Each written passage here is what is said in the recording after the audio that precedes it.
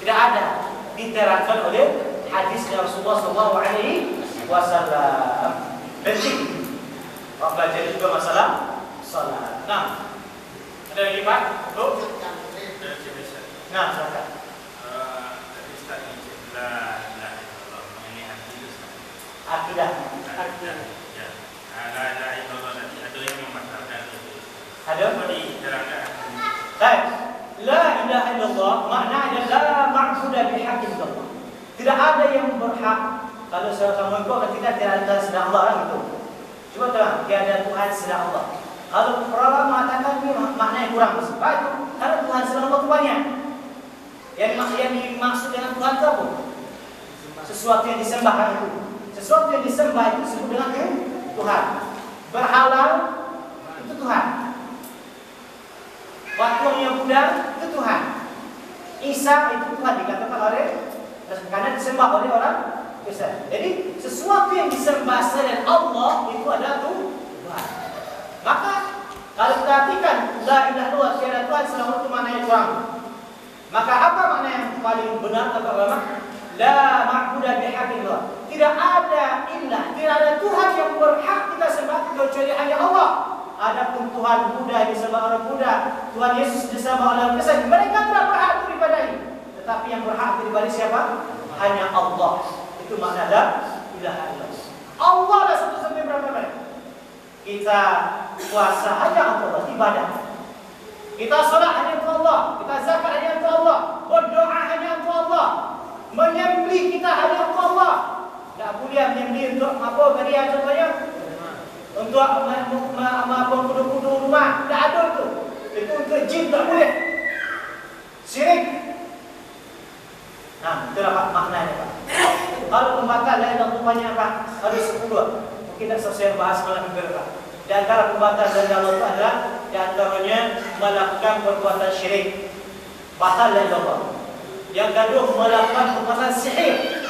Sihir apa? Membunuh orang. Baal, orang tua, isteri tua, hanya rukun, kemudian rukun supaya pecah. Syirik. Dia membunuh orang, memasukkan penyakit kepada diri.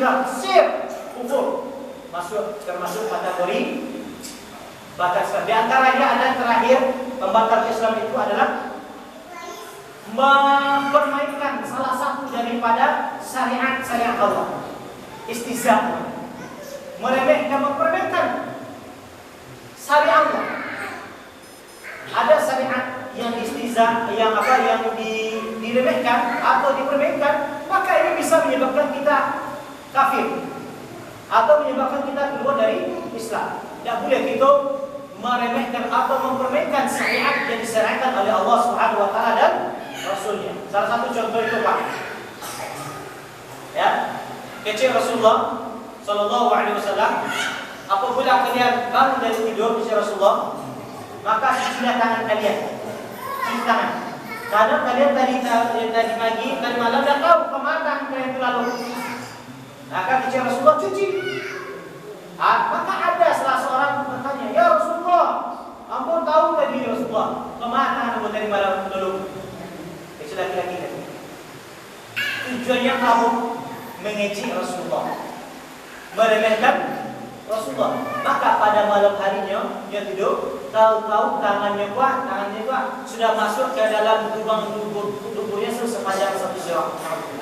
Karena meremehkan sunnah Rasulullah sallallahu alaihi wasallam. Jadi Bapak Ibu, apapun syariat amalan, baik itu yang zahir, ya, baik itu apapun, bukan sunnah Rasulullah SAW, tidak boleh awal remehkan, meskipun awak belum bisa mengamalkan. Contoh Bapak, ini masalah yang apa ya? Yang kini dianggap aneh orang. Contoh celana cingkrang. Celana batu kaki yang itu kan dianggap aneh kan? Meskipun dia dianggap aneh, dia basuh kan?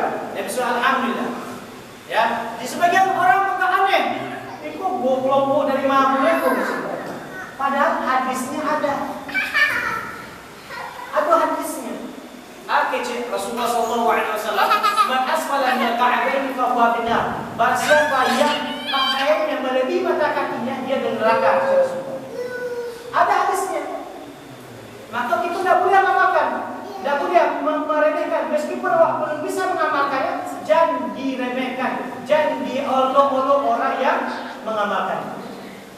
Ya, tak boleh.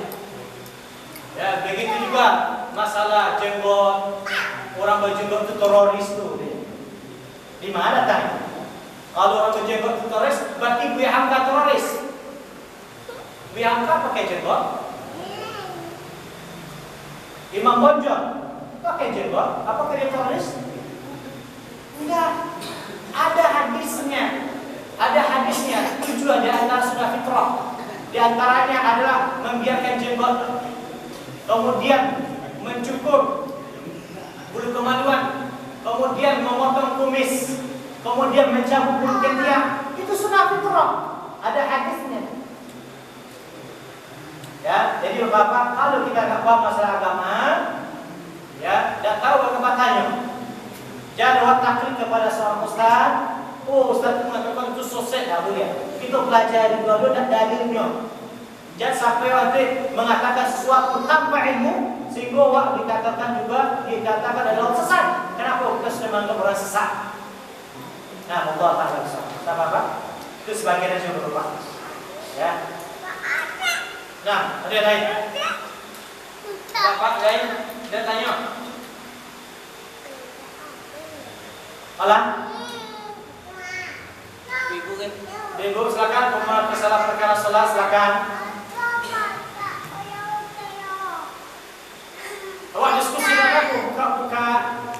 Ya, kita berdiskusi. Ya, ada yang anggap aneh, ada yang anggap benci, silakan. Daripada bapak ngomong belakang itu kucing aja nak. Kucing itu sama memakan daging saudara sendiri. Nah, apa ada? Apa ada?